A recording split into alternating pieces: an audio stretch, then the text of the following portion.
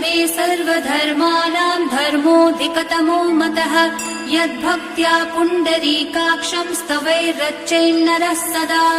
परमं यो महत्तेजः परमं यो महत्तपः परमं यो महद्ब्रह्म परमं यः परायणम्।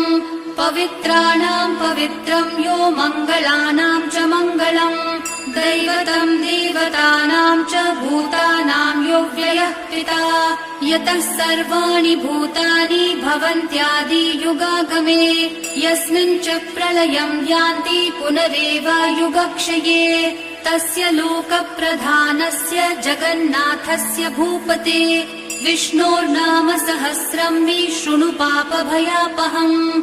यानि नामानि गौणानि विख्यातानि महात्मनः ऋषिभिः परिगीतानि तानि वक्ष्यामि भूपतये।